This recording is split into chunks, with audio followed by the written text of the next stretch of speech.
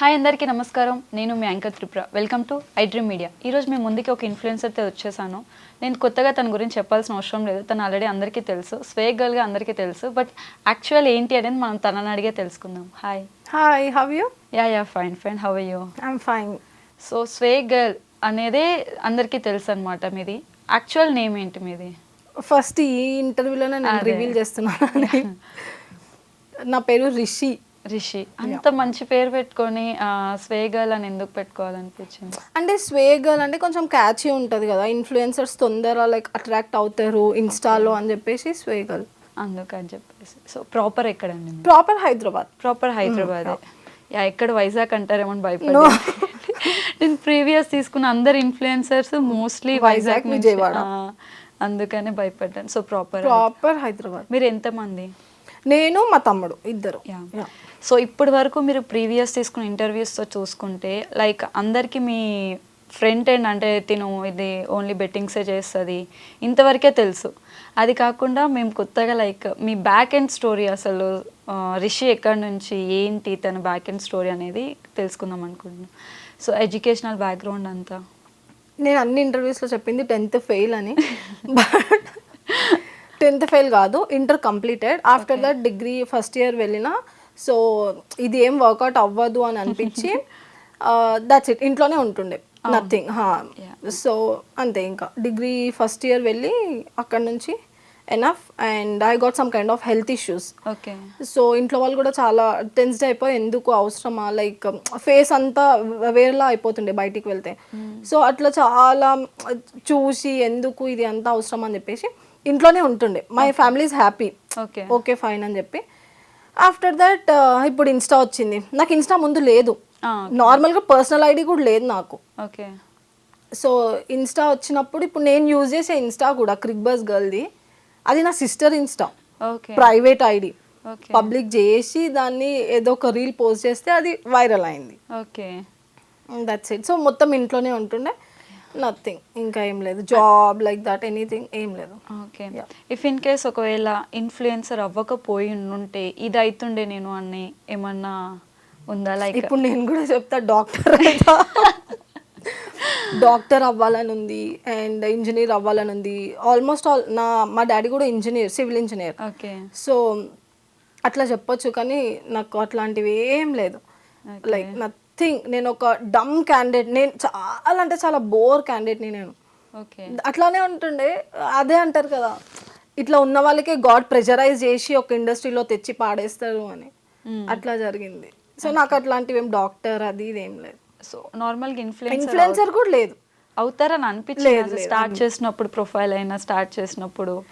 నేను ఏమనుకున్నా అంటే ఫస్ట్ ఒక రీల్ పోస్ట్ చేసి చూద్దాం నార్మల్గా. నా సిస్టర్కి సమ్మర్ హాలిడేస్, తను ఏం చేసింది, సరే ఒక ట్రోల్ ఏదైనా చేద్దాము అని ఒక వీడియో అట్లా చేస్తే అది నెక్స్ట్ డేకి 1 million వెళ్ళిపోయింది. ఓకే. సో ఇదేదో బాగుంది అని చెప్పేసి ఫస్ట్ నేను 800 members నా ఫ్యామిలీ మెంబర్స్ని బ్లాక్ చేసిన మొత్తం.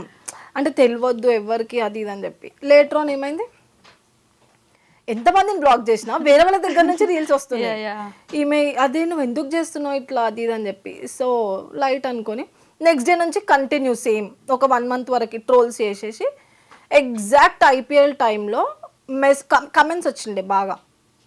ఏమని, లైక్ మాకు ప్రమోషన్ కావాలి, మీరు ఎందుకు క్రికెట్ చేయొద్దు అది ఇది అని చెప్పేసి. సో ఆ ఒక్క కమెంట్ ఇవాళ క్రిక్ బస్కి మార్చేసింది. సో ట్రోలింగ్ ఎందుకు చేయాలనిపించింది? అంటే జనరల్గా, అంటే నార్మల్గా ఇన్స్టా స్టార్ట్ చేయాలనుకుంటే ఏదో సాంగ్తోనో లేకపోతే ఏదో ఒక దాంతో స్టార్ట్ చేస్తారు, బట్ ట్రోల్తోనే స్టార్ట్ చేద్దామని ఐడియా ఎందుకు వచ్చింది? ఇప్పుడు సాంగ్ రీల్స్, డైలాగ్ రీల్స్, మీరు అంత పెద్ద ఇన్ఫ్లుయెన్సర్స్ ఉన్నారు ఆల్రెడీ ఆ ఇండస్ట్రీలో, మమ్మల్ని ఎవరు చూడరు.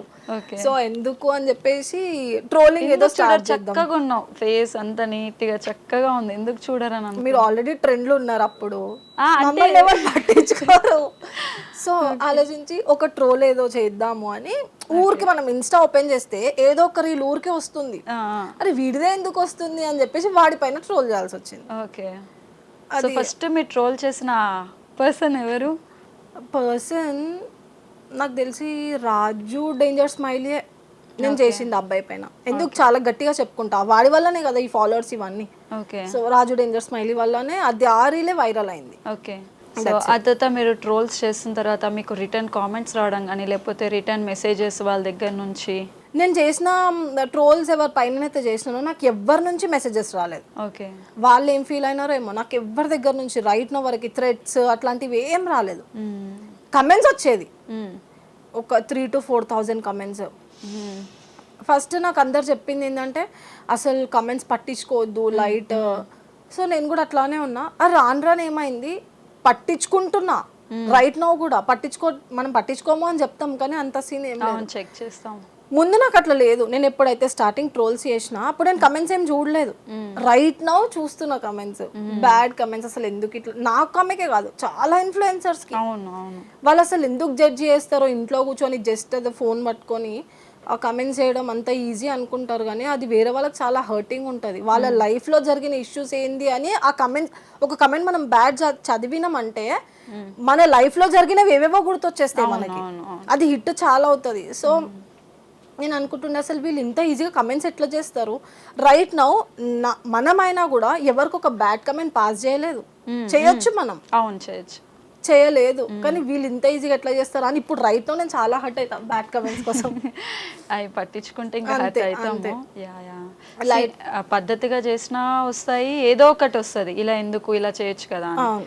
కొంచెం ఎక్స్పోజింగ్ చేస్తే ఇంకా మొత్తానికి దానికి నెగిటివ్ వస్తుంది. ఎక్స్పోజింగ్ ఎంత టూ మచ్గా చేస్తున్నారు గర్ల్స్, మన వాళ్ళు ఇక్కడ. నేను నేమ్స్ చెప్పొచ్చు, even though they are my friends.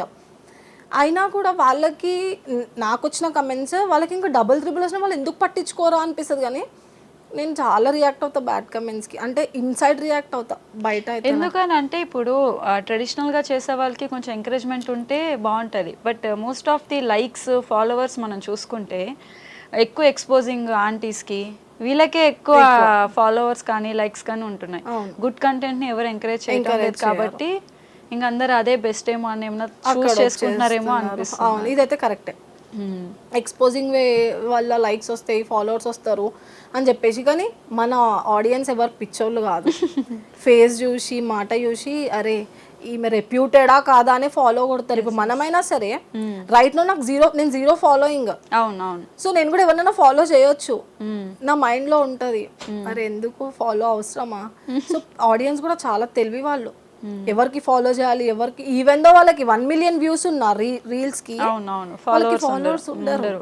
ఎందుకంటే ఆడియన్స్ హ్యాండ్స్ లో ఉంటది. ఒక ఫాలో చేస్తున్నారు అంటే అది మన ఇన్స్టా ఎంగేజ్మెంట్ వల్లనే. మనం తెప్పియాలి వాళ్ళని అక్కడికి. నిన్ను ఎందుకు ఫాలో చేస్తున్నా నేను రైట్ నౌ, దానికి ఒక రీజన్ ఉండాలి వాడికి. ఈ అమ్మాయి నేను ఎందుకు ఫాలో చేస్తున్నా, అది చేయాల్సింది మనం.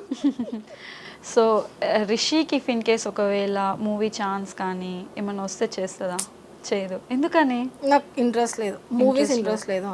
ఓకే. ఇంట్లో వాళ్ళు ఏదో జస్ట్ ఇన్స్టా కాబట్టి సైలెంట్ ఉంటున్నారు అంతే. ఓకే. ట్రోలింగ్ ఆపేసింది కూడా ఇంట్లో వాళ్ళ కోసమే, రిలేటివ్స్ వాళ్ళ కోసం, ఇంట్లో వాళ్ళ కోసమే నేను ట్రోలింగ్. మీది ప్రీవియస్ అంతకు ముందు ప్రొఫైల్ కంటే ఇప్పుడు కొంచెం అవేం లేవు ట్రోలింగ్స్, జస్ట్ ఏదైతే ప్రొఫెషన్ ప్రెజెంట్ చేస్తున్నారో దాని మీదనే ఉన్నాయి. అంటే మీ ప్రీవియస్ ఇంటర్వ్యూస్ అన్ని ట్రోలింగ్స్ గురించే, అంటే ఇట్లా ట్రోల్ చేశారు అట్లా ట్రోల్ చేశారు అది ఇది అని చెప్పేసి ఇలా, అంటే ఇట్లా అడగడం వల్ల కూడా క్వశ్చన్స్ మైట్ బి మనకి ఓకే ఈజీగా ఆన్సర్ చేస్తాం, మన ఫ్యామిలీ మెంబర్స్కి అయితే చాలా ఎఫెక్ట్ అవుతుంది అది. అట్లా ట్రోలింగ్స్ వచ్చినప్పుడు కానీ మీకు ఇంటర్వ్యూలో అడిగే క్వశ్చన్స్ వల్ల కానీ ఏమన్నా ఇంట్లో డిస్టర్బ్ అవుతుంది? నాకే కాదు, పెద్ద పెద్ద వాళ్ళ సెలబ్రిటీస్ కూడా, మన బాలీవుడ్ సెలబ్రిటీస్కి చూసుకుంటే కూడా వాళ్ళకు కూడా మనం వాళ్ళ ఫ్యామిలీస్కి కూడా వాళ్ళు ఆన్సర్ ఇస్తారు. సో నాకు కూడా అట్లా ఇవ్వడం జరిగింది. కానీ హోల్ అండ్ సోల్ సపోర్ట్ అయితే మా మమ్మీ చేసింది చాలా. ఎందుకంటే ఈమె 24 hours ఇంట్లో మా ముందే వస్తుంది, ఈమె ఇంకా బయటికి పోయి ఏం బ్యాడ్ చేస్తుంది, ట్రోలింగ్ చేసుకుంటుంది కదా చేసుకొని. దట్ ఓల్డ్ సిటీ, పొద్దున లేస్తే బ్యాడ్ వర్డ్స్ అయితే అందరం వింటాం. ఈమె చేస్తుంది బ్యాడ్ వర్డ్స్ కదా లైట్ అని చెప్పేసి అంతే. మెయిన్ మనకి గర్ల్స్ కి రియల్ గా ఫ్యామిలీ సపోర్ట్ ఉంటే చాలా హైట్స్ కి రీచ్ అవుతారు వాళ్ళు. చాలా అంటే చాలా. హోల్ అండ్ సోల్ మా మమ్మీ నాకు సపోర్ట్.